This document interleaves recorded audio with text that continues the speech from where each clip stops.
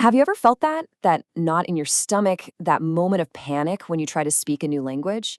Well, today we're going to dive into exactly why that happens and, even better, how you can finally break free from it. Does this feel familiar? You're sitting in a class, you totally know the answer, but the second you think about saying it out loud, your heart starts pounding and the words just get stuck. If that's you, you're definitely in the right place. That feeling is so common, and we're going to dig into it together. So, let's get right to it. We're going to follow this really insightful conversation between Nikki, a student who is feeling this exact kind of anxiety, and her teacher, Nick, who has some, frankly, brilliant ideas that can help all of us. Okay, so picture this. Nikki's in class, the teacher asks the question, she knows the answer, she wants to say it, but then it happens. She feels all those eyes on her heart starts racing, and that wave of fear just completely shuts her down.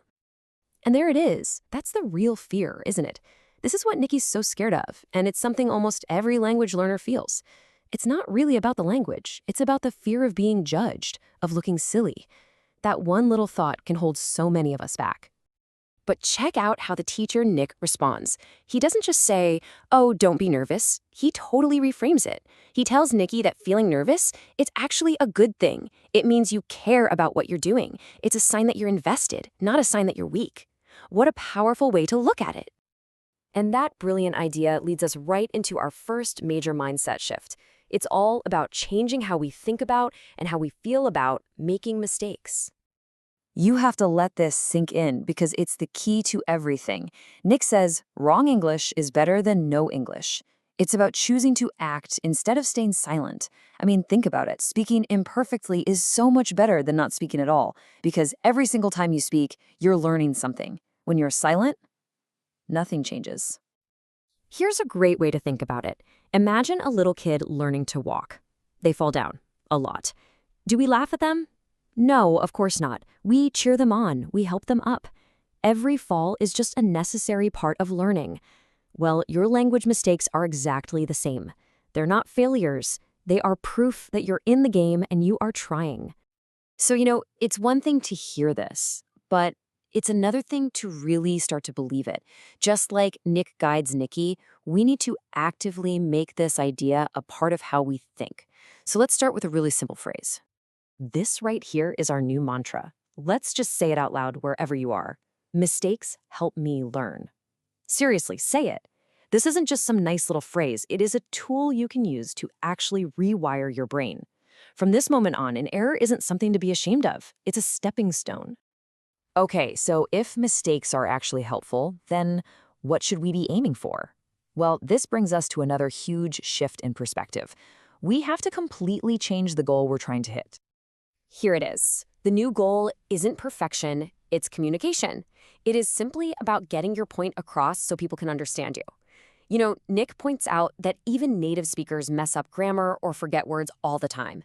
This pressure we put on ourselves to be perfect, it's just an impossible standard. And here's what that really means for you day to day. Your number one job is not to be flawless. Your first job is to build the confidence to just open your mouth and try. Confidence is the foundation. You can always work on the grammar and the pronunciation later, but you can't build a house on shaky ground.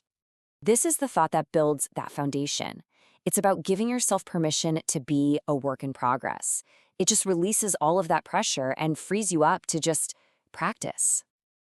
All right, so we've worked on our mindset about mistakes. We've changed our goal from perfection to communication. So now what? How do we actually turn this new thinking into action?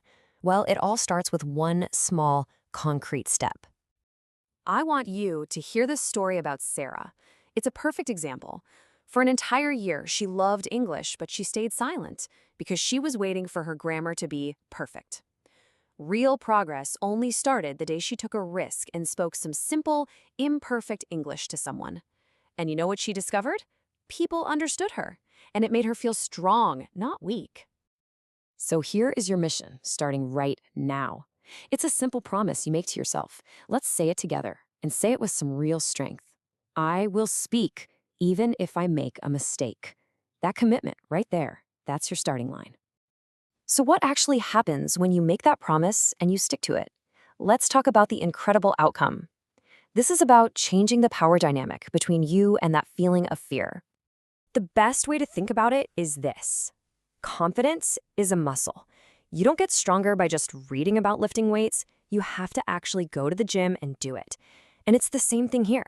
Every time you choose to speak, even just one little sentence, it's like doing a rep.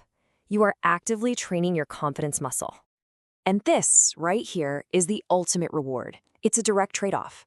Every time you use your voice, that fear gets a little bit smaller, and you get a little bit bigger.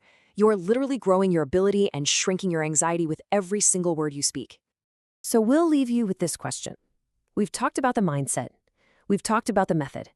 Now, the only thing left is to take action. It doesn't have to be a perfect sentence. It doesn't have to be a long sentence. It just has to be spoken by you. So what is the first sentence you will speak?